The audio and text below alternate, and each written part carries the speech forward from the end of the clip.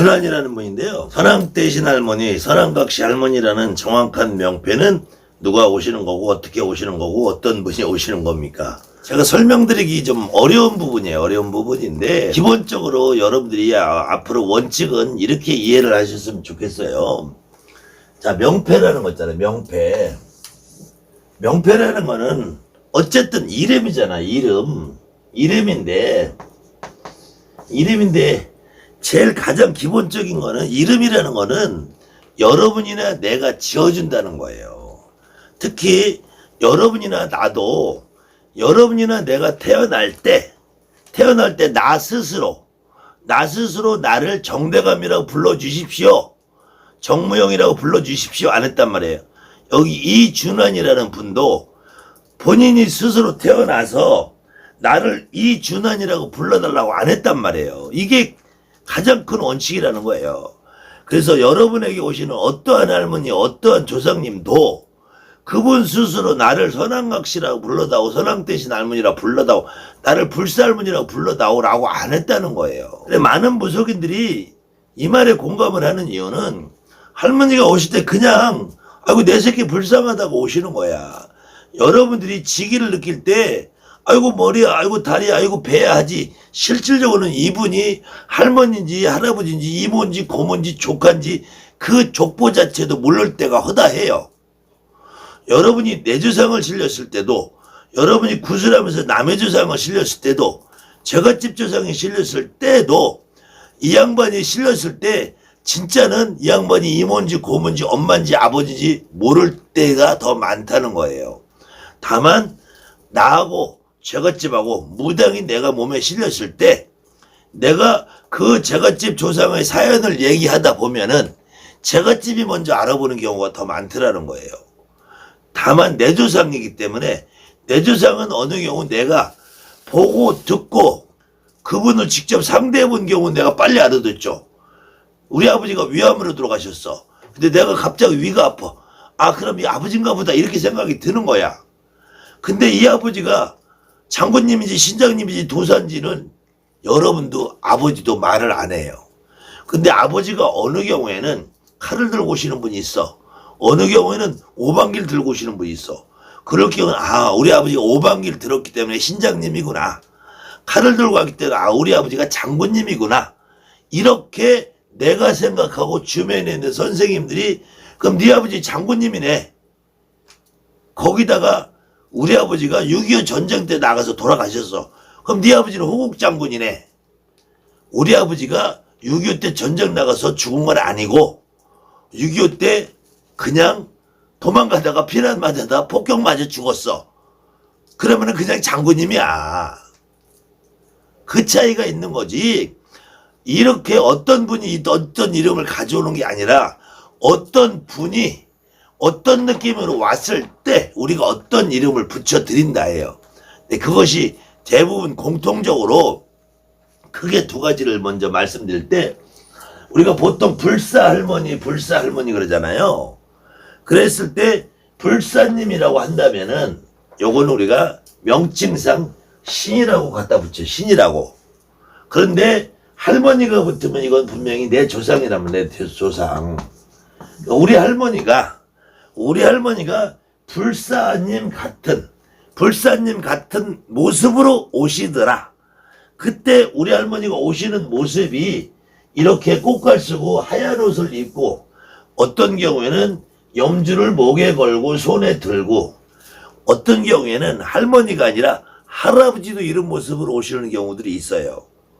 어느 경우는 할아버지가 옛날에 돛 닦는다고 산에 가서 그냥 또아리 들고 앉아있던 할아버지들 아니면은 동학혁명 때 동학을 하면서 그때 동학운동을 하셨던 분들 옛날에 뭐 대순진리교라든지 뭐 천리교라 이런 거 하셨던 할머니 할아버지들 이런 분들을 어떤 경우는 천주교 신부라고 교회 목사라신 분도 할아버지들이 이렇게 불사님처럼 오세요.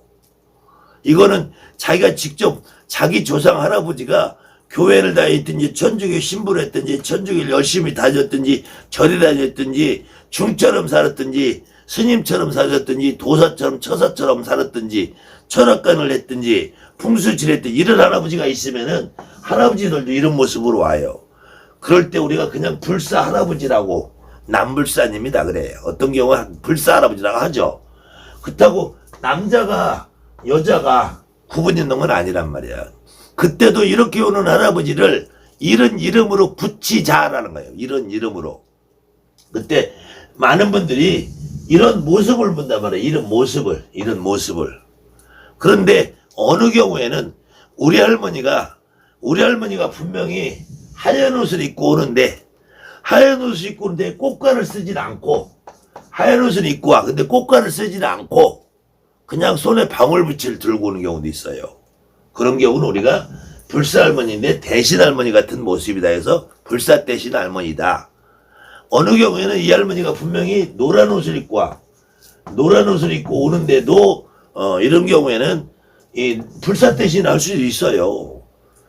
붙일 수 있단 말이야. 그거는 이름이란 말이야. 이름.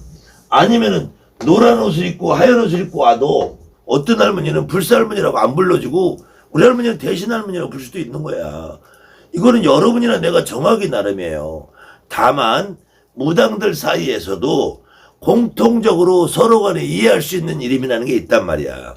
그 이해할 수 있는 이름으로 불러주면은 나는 다른 사람들은 다 저렇게 하얀 옷 입고 꽃갈 쏘는 할머니를 불사 할머니라고 부르는데 우리 할머니만 난 우리 할머니 난 끝까지 난 대신 할머니라고 부를 거야. 여러분 마음으로 하셔도 돼요. 누가 안 때려. 그렇다고 잡아가질 않아. 경찰서에서 오라고 안 해요. 내 혼자서 그렇게 나는 믿으면 되는 거야.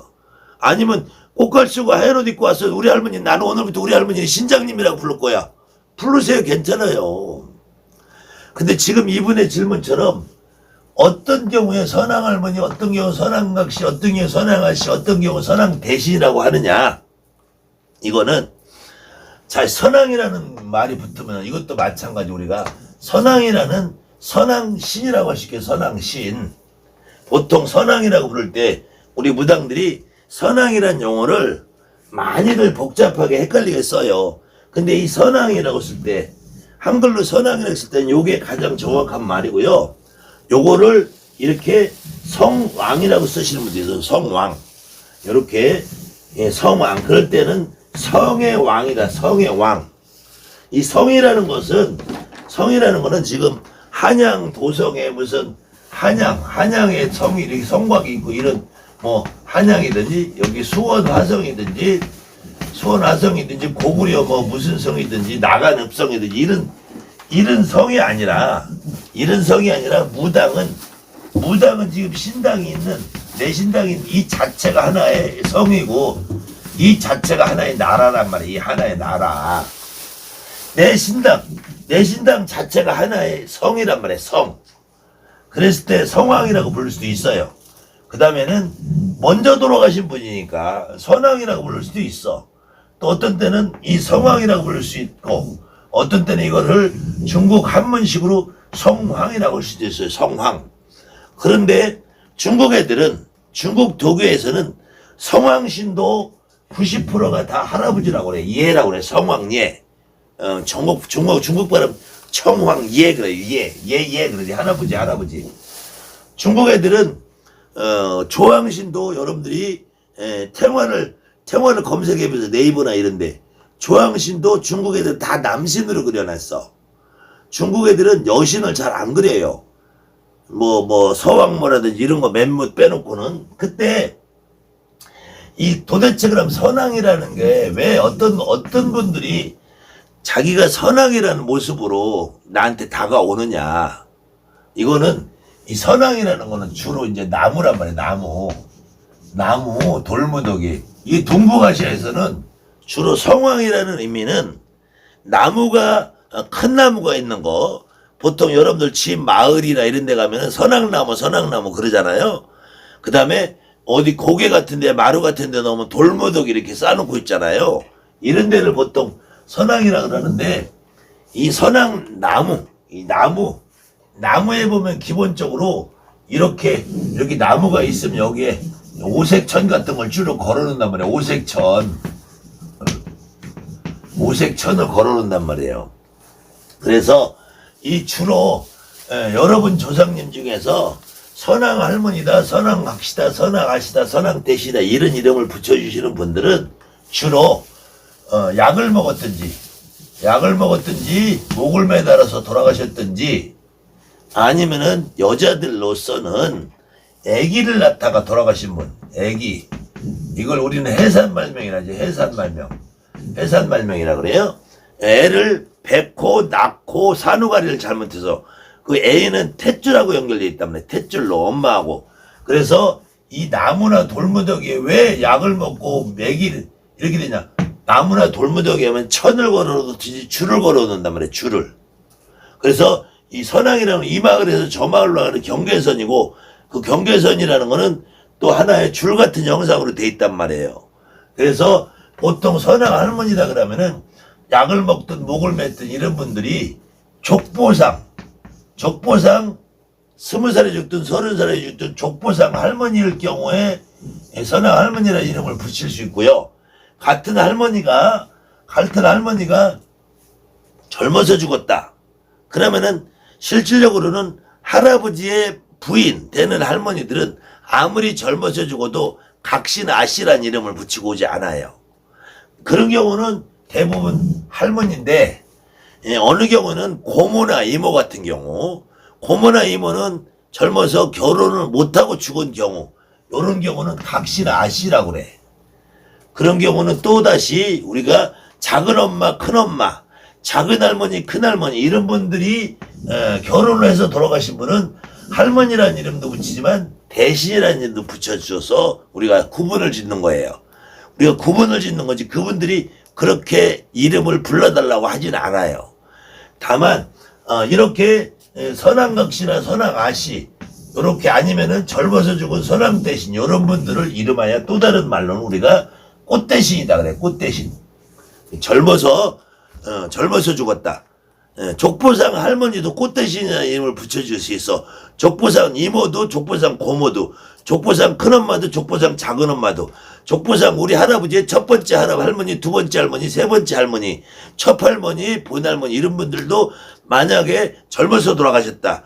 근데 젊어서 돌아가신 분의 사연이 그냥 지병으로 죽었다든지 낭떠러지에 떨어져 뭐 자살로 죽었다든지 어떤 경우 칼에 찔러 죽었다든지 이러면은 선왕대신이나 이름보다는 다른 이름으로 오는데 주로 목을 매달아 돌아가신 분, 약을 먹고 돌아가신 분, 아기를 낳다 돌아가신 분 이런 분들은 선왕대신 할머니, 선왕각시, 선왕아씨, 선왕대신 이런 이름으로 오는데 이분들도 어떤 분들은 나는 이분을 별상대신이라고 부를 거야.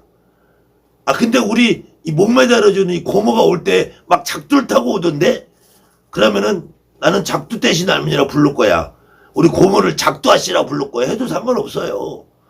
아니면 우리 고모가 분명히 뭐 지금 이런데 코로나 걸려서 아니면 이태원에 이번에 할로윈 때 죽었다든지 아니면 세월호 사태 때 우리 작은 고모가 아버지 형제 작은 고모가 그때 중학교 고등학교 중고등학교 다닐 때 뭐 배 타고 가서 물에 빠져 죽었다. 그런 경우는 선왕으로 올 수도 있어요. 이때 선왕은 배선자 쓴단 말이에요. 배선자. 배선자. 배를 타고 배에서 죽었잖아요. 배에서. 그래서 선왕이라고 올 수도 있어요. 이때 배선자 쓰는 선왕이라고. 그렇기 때문에 세월호에서 죽은 어떤 분도 배선자 쓰는 선왕이라고 올 수 있어요. 그래서 동상 바닷가에서는 외대백이 쌍대백이 두대백이 사해 용궁선왕 그래. 용궁선왕. 이때 용궁선왕이랄 때는 용궁선왕이라고 할 때는 이게 배선자 쓰는 거야. 배에서 돌아가신 분. 고기 잡에다 죽든 유람선을 타고 죽든 옛날에 헝가리에서 배 타고 가다 돌아가신 분들 이런 분들도 선왕이라는 이름으로 올 수 있어요.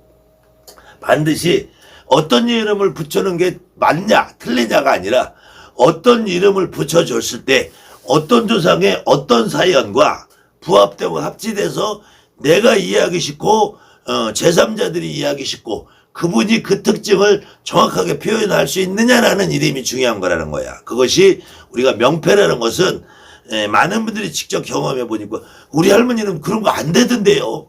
우리 할머니는 명패 같은 거 말 안 하던데요. 이게 정답이라는 거예요. 그렇기 때문에 이런 부분에 대해서는 여러분들이 아주 좀 단순하게 생각을 해보시는 게 좋을 것 같아요. 너무 어렵게 생각하면 우리 할아버지가 우리 할머니가 어떤 모습으로 어떤 느낌으로 내 몸에 실렸느냐 이게 제일 중요하다는 거예요.